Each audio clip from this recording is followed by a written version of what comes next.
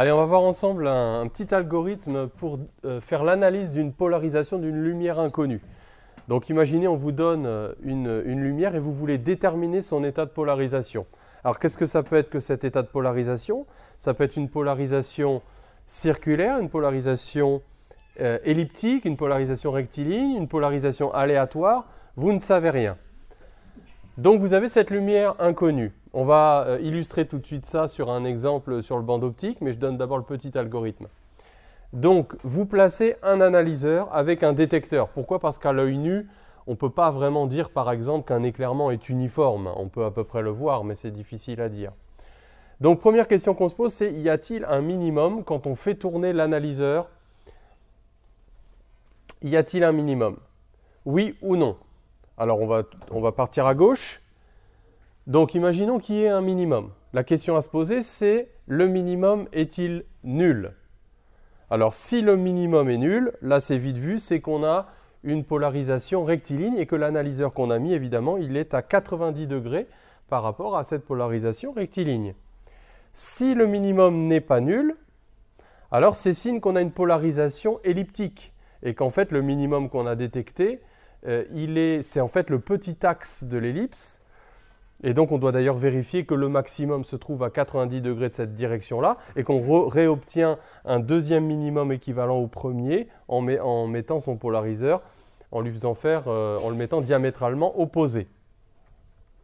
S'il n'y a pas de minimum, alors on sait intuitivement que la grande question c'est est-ce que la polarisation est circulaire ou est-ce qu'elle est aléatoire? Parce que c'est les deux configurations qui nous donnent une configuration isotrope.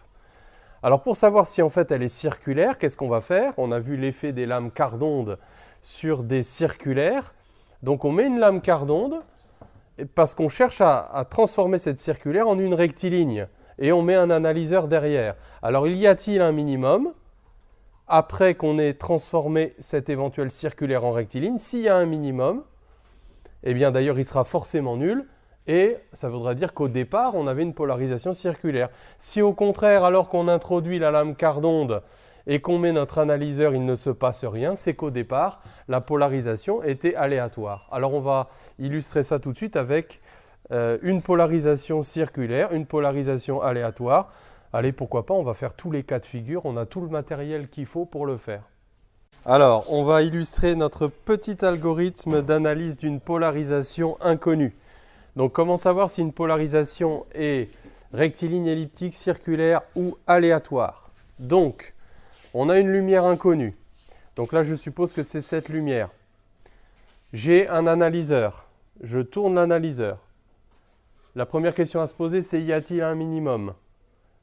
Il y en a un et il est nul. Donc c'est vite vu, c'est une polarisation rectiligne. Deuxième cas de figure. J'introduis en fait une lame quart d'onde et j'évite de placer ces lignes neutres à 45 degrés par rapport à la polarisation incidente. Donc je veux analyser la lumière qui est ici avant l'analyseur. Donc j'ai toujours mon analyseur, c'est l'écran qui joue le rôle de détecteur, notre œil. Donc on tourne et on cherche s'il y a un minimum ou pas. On s'aperçoit ici qu'il y en a un. Et qu'il y en a un d'ailleurs aussi diamétralement opposé. Donc évidemment, pour le repérer avec précision, il faudrait mettre une photodiode, comme on a appris à le faire dans la vidéo sur la loi de Malus. Et donc il y a un minimum, mais il n'est pas nul, donc c'est signe qu'on a une polarisation elliptique. Pour bien le comprendre, là aussi, je te renvoie à la vidéo sur l'effet des lames quart d'onde et demi-onde dans le cas général. Alors, maintenant on va mettre la lame quart d'onde à 45 degrés par rapport à la polarisation incidente. On sait qu'on va en fait fabriquer une circulaire. Donc je veux analyser la lumière qui est ici.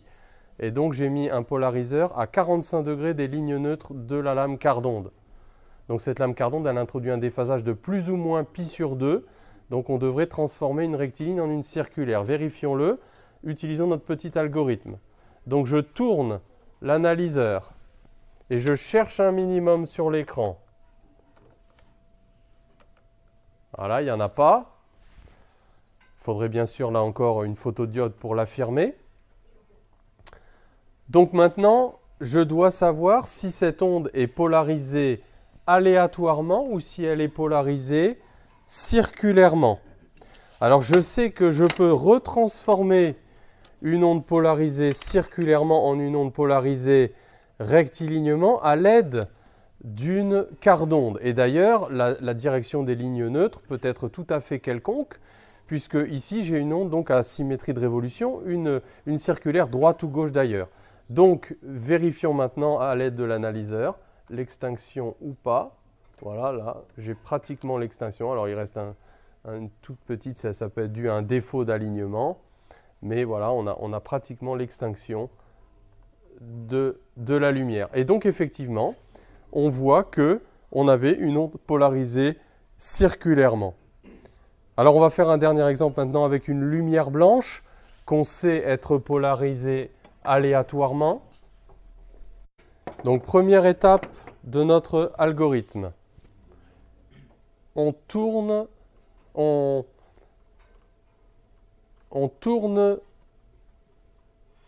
on a cette lumière blanche de départ, et donc simplement on tourne un polariseur qui joue le rôle d'analyseur, et donc on s'aperçoit que l'éclairement est uniforme.